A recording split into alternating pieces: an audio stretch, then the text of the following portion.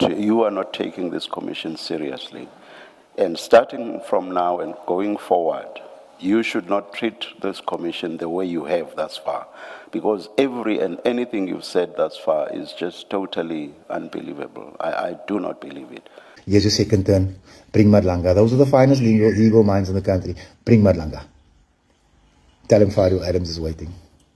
Tell him that out there in the Cape Flats, there exists that rare animal, that thing that does not know fear, that thing that will stare down the PKTT and say, "Futsak." You are not taking us as a commission seriously, and I would dare say you are not even taking the people that we are supposed to serve seriously. Starting from now going forward, you must take this commission seriously, Mr. Adams. Fadiel Adams' testimony before the Madlanga Commission has been postponed to August 19th, 2026, after his sworn affidavit and supporting documents were received by evidence leaders only after 9 p.m. on Monday. The late submission left insufficient time for proper consideration and consultations before his scheduled appearance under subpoena at about 9:30 a.m. on Tuesday. Morning, Chair.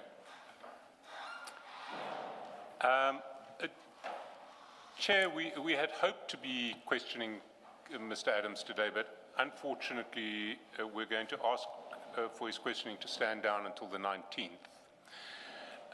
The background to our request is that although we have been requesting a statement from Mr. Adams since the 25th of October last year, it finally arrived after 9 o'clock last night. And I think it's important for the public to understand how the Commission operates, because there's this sort of sense that we all sort of just arrive and we can just start questioning and operating instantly because we can integrate all of the information. We know what we want to ask, we know what we don't want to ask, we know how we're going to ask it. It doesn't work that way.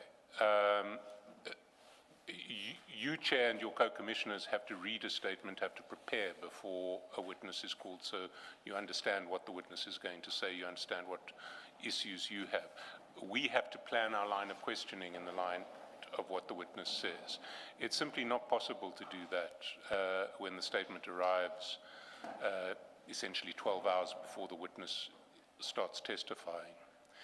And Mr. Adams is an important witness, and we would not be doing justice to this process if we just kicked off and blundered on the basis of a statement that we received last night after 9 o'clock. So we've spoken with Mr. Adams and his legal team. Mr. Adams is available on the 19th. We now have a statement from Mr. Adams. And we would ask that the matter stand down to the 19th of August.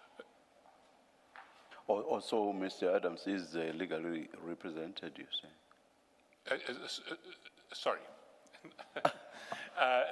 Not Mr. Adams as legal representatives. I'm sorry. We've spoken to Mr. Adams himself. Oh, all right. And you said the statement was sought from him when? Well, the first Rule 3 went out to him on the 3rd of August. And then there was, 3rd of October last year.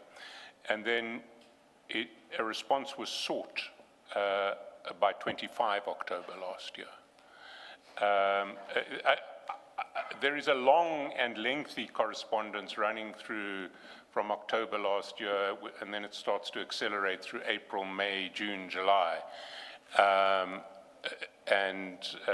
Which was about what? Which was about getting the statement and getting a response to the Rule 3.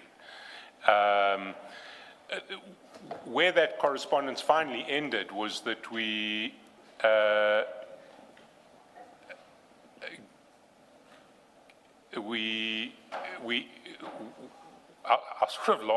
our last offer was an agreement that the statement could be filed by Thursday last week, which we thought was, we could accommodate Thursday because we could then print on Friday, give the commissioners copies to read over the weekend. And eventually the affidavit came in late last night. I can take the commission through the correspondence. I'm not sure what think would be it's gained by that. necessary unless Mr. Adams suggests something contrary to what you have said. No, it's not necessary. Perhaps let us hear from Mr. Adams. Is it correct, Mr. Adams, that you received a Rule 3 notice which required of you to file a statement in October of 2025? Good morning, Commissioners. Parliament can confirm that I have a very problematic laptop. And my laptop is either in for repairs or frozen. And when I became aware of the emails, I really don't want to lie. I think around about March. You would not have to lie, so you don't even need to. No, Commissioner, at any rate, I was aware of the Rule 3 a few months ago. But what's a few months ago? I think 3 months ago, 4 months ago, when I became aware of it. I had not noticed it in October. Surely this is something very important. You cannot be as unspecific as you are. When did you first become aware of the Rule 3 notice? If you're going to ask me for a date right here, Justice, I really wouldn't be able to give you one, but it was a few months ago. But I'm under the impression that I will be getting more questions because people are mentioning me every day, so I was waiting for that. And Honourable Jackelson is 100% right in his assessment. But eventually, I saw that I wasn't going to get a subpoena, and that is why I emailed the Commission. Is the laptop you are talking about the same laptop you are using for your parliamentary business? It is. So are you telling us that you are able to function in Parliament with a laptop that's giving you the problems that you are telling us now? I am struggling with it. And how are you able to function at Parliament? Well, half the times I don't. Half the times I have to walk to people for information or call up for information.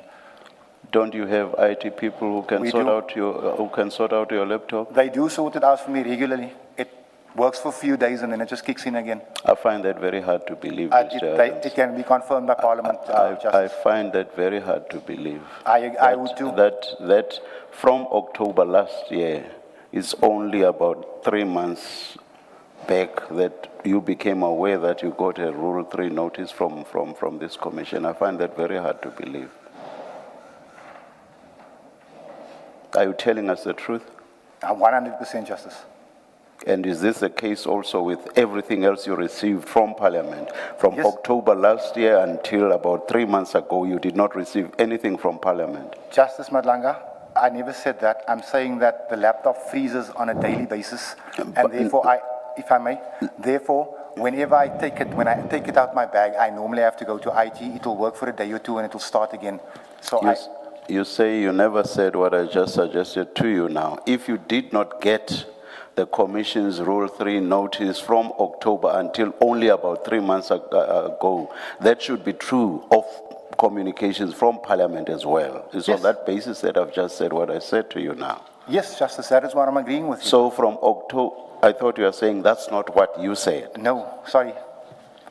It's not even from October, Justice. It's been for about 18 months that I'm struggling with this device. Yeah, I'm not concerned about anything else. I'm concerned about October to today. For you to only give to the Commission communication, or rather your statement, which was required from October of last year, for you to only give that statement to the Commission after 9 p.m. last night. And the only excuse you have is that you have difficulties with your laptop. All right, I don't believe that. I find it hard to believe that. Because otherwise, you should not be operational at all as a parliamentarian. Okay, let's move on. Now, about 3 months back, you became aware that a statement was required of you. So, according to what you say, which is hard to believe, you have had 3 months and we only get your statement after 9 p.m. last night. What excuse do you have for that? There is no excuse, Justice. because when I emailed the commission about 2 weeks ago, I asked for a date. I was given the date of the 11th. I emailed back. I said to them that it is voter registration 6th, 7th, 8th. I essentially have 5 days to complete this thing. Can I have a slightly later date? The commission. Why would you have asked for a date? You would have seen from the communication which you got 3 months back that the statement was required from October last year already. Why would you have asked for a date? 3 months back, you become aware that, oh, for such a long time, a statement was required from me. You still ask for a date instead of saying, wow, I'm very late already, and quickly putting your statement together. Why only a week or a couple of weeks back do you ask for a date only then? The commission asked me 3 questions, Judge, and I felt that I could offer much more than 3 questions, which is why I asked for a date. When the date was proposed on the 11th, I emailed back. I said, can I have just a little bit more time? And I was told, no, the 11th is the only available date.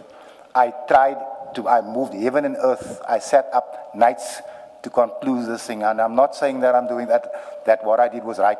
But what I'm saying is I tried my level best to meet the deadline of Thursday. I couldn't. What I will say, and I will stop here, what I will say is it seems to me that you are not taking this commission seriously. And starting from now and going forward, you should not treat this commission the way you have thus far, because every and anything you've said thus far is just totally unbelievable. I do not believe it. This should mean that you cannot function at Parliament as a parliamentarian. And it also suggests that you are not even taking the people that you are supposed to serve seriously, if for as long as you suggest is the case, you have been using a laptop that you basically cannot use. You are not taking us as a commission seriously, and I would dare say you are not even taking the people that you are supposed to serve seriously. Starting from now going forward, you must take this commission seriously, Mr. Adams. What do we do now, Mr. Shaskalsin? Well, Chair, we have the statement. The next open slot, or the next slot that can be made open, is the 19th of August. And Mr. Adams can come on the 19th of August. I'd ask that we postpone to the 19th of August. Yes. For the record, let me just repeat something that you yourself already said, Mr. Shaskalsin, which is that it is not practical for us to hear Mr. Adams's evidence now. People who follow the Commission's proceedings will have heard that all the time. We refer to what we have read in the statements of witnesses because we prepare ahead of time. If a statement was given or furnished to the Commission after 9 p.m., there is no way that that statement would then be forwarded to us, commissioners, for us to prepare. That's true of the evidence leaders as well, actually, because they too need to prepare. So practically, it is not possible to hear Mr. Adams's evidence today. For that reason, as Mr. Shaskalsin requests, the hearing of his testimony Mr. Adams's testimony must be postponed. 19 August, Chair. 19 August. Mr. Adams, the hearing of your testimony is postponed to 19 August 2026. You are excused until then. Thank you. Thank you.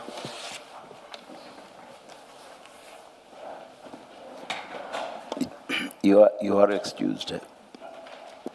Chair, can I be excused? You are excused, Mr. Shaskalsin.